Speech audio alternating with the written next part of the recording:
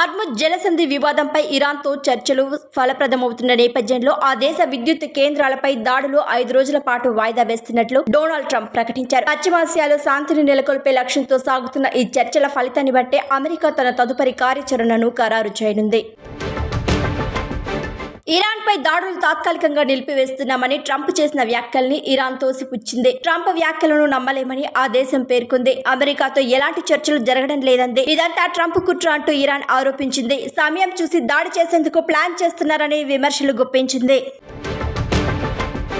నక్కపల్లిలో ఏర్పాటు కాబోతున్న దేశంలోని అతిపెద్ద స్టీల్ ప్లాంట్ ఆంధ్రప్రదేశ్ చరిత్రలో ఒక మైలురాయిగా నిలుస్తోందని, దీని ద్వారా సుమారు 1,00,000 మందికి ఉపాధి లభిస్తోందని ముఖ్యమంత్రి చంద్రబాబు నాయుడు ఆశాభావం వ్యక్తం చేశారు. 2028 డిసెంబర్ నాటికి ఉత్పత్తి ప్రారంభం కానున్న ఈ ప్రాజెక్టు కేవలం ఉక్కు కర్మాగారమే కాకుండా ఒక అత్యాధునిక స్టీల్ సిటీకి పునాది అని ఆయన స్పష్టం చేశారు. మాజీ మంత్రి వివేక హత్య కేసుపై తాను ప్రశ్నిస్తుంటే వైసీపీ నేతలు ఆస్తుల అంశాన్ని తెరపైకి తెస్తున్నారని, నిజానికి ఇతరుల ఆస్తులను అనుభవిస్తోంది జగన్ మాత్రమేనని వైఎస్ షర్మిల ధ్వజమెత్తారు. తన పోరాటం ఆస్తుల కోసం కాదని, అదే నిజమైతే ఎప్పుడో కోర్టును ఆశ్రయించేదానని చెప్తూ తన తల్లి విజయమ్మ లేఖ ద్వారా వాస్తవాలను ఇప్పటికే స్పష్టం చేశారని ఆమె పేర్కొన్నారు. తెలంగాణ సీఎం రేవంత్ రెడ్డి హైదరాబాద్ మెట్రోపై శాసన మండలిలో కీలక ప్రకటన చేశారు. మార్చి నెల 15,000 కోట్ల రూపాయలతో హైదరాబాద్ మెట్రో రైల్వే వ్యవస్థను ప్రభుత్వం స్వాధీనం చేసుకుంటోందని ఆయన వెల్లడించారు. ఎల్ఆర్టీ మెట్రో వ్యాపారం నుండి వైదొలుగుతున్నట్లు 76 కిలోమీటర్ల మేర మెట్రో విస్తరణ చేపట్టి శంషాబాద్ విమానాశ్రయానికి అనుసంధానం చేస్తామని సీఎం రేవంత్ తెలిపారు.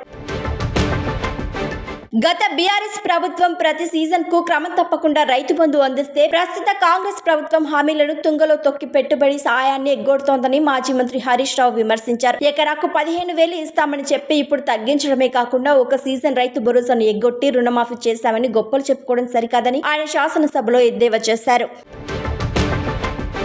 ఏప్రిల్ 23న తమిళనాడులో అసెంబ్లీ ఎన్నికలు జరగనున్నాయి. దీంతో ఈ ఎన్నికలకు సంబంధించి బీజేపీ, ఏఐఏడీఎంకే మధ్య సీట్ల ఒప్పందం కుదిరింది. ఒప్పందం ప్రకారం బీజేపీకి 27 సీట్లు ఇచ్చేందుకు డీఎంకే అంగీకరించింది. పీఎంకే 18, ఏఎంఎంకే 11 స్థానాల్లో పోటీ చేయనున్నాయి. గత ఎన్నికల కంటే బీజేపీ 7 సీట్లు ఎక్కువగా దక్కించుకుంది. ఆ రాష్ట్రంలో మొత్తం 234 అసెంబ్లీ నియోజకవర్గాలున్నాయి.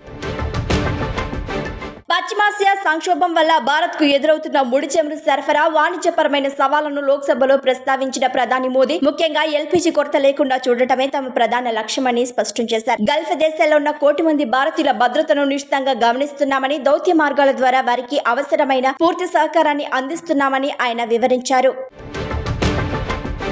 దేశంలో ఇంధన కొరత ఆందోళనల నేపథ్యంలో ఇరాన్ దళాల అనుమతితో జగ్వసంత్, పైన్ గ్యాస్ అనే 2 భారతీయ ఎల్పీజీ నౌకలు హర్ముజ్ జలసంధిని దాటి సురక్షితంగా అంతర్జాతీయ జలాల్లోకి ప్రవేశించాయి. ఈ పరిణామం దేశీయ మార్కెట్లో వంట గ్యాస్ లభ్యతను పెంచి వినియోగదారులకు మరియు ప్రభుత్వానికి పెద్ద ఊరటనివ్వనుంది. రణ్వీర్ సింగ్ ప్రధాన పాత్రలో ఆదిత్య దత్ తెరకెక్కించిన దురంధర్ 2 కేవలం 4 రోజుల్లోనే ప్రపంచ వ్యాప్తంగా 750 కోట్ల గ్రాస్ వసూలు చేసి భారతీయ సినీ చరిత్రలో అత్యధిక ఓపెనింగ్ వీకెండ్ సాధించిన 2వ చిత్రంగా రికార్డు సృష్టించింది. బాహుబలి 2, RRR వంటి భారీ పాన్ ఇండియా చిత్రాల రికార్డు సైతం అధిగమించిన ఈ స్పై థ్రిల్లర్ త్వరలోనే 1000 కోట్ల క్లబ్ లో చేరడమే కాకుండా దీర్ఘకాలంలో 2,000 కోట్ల రూపాయల మార్కును అందుకునే దిశగా దూసుకుపోతుంది.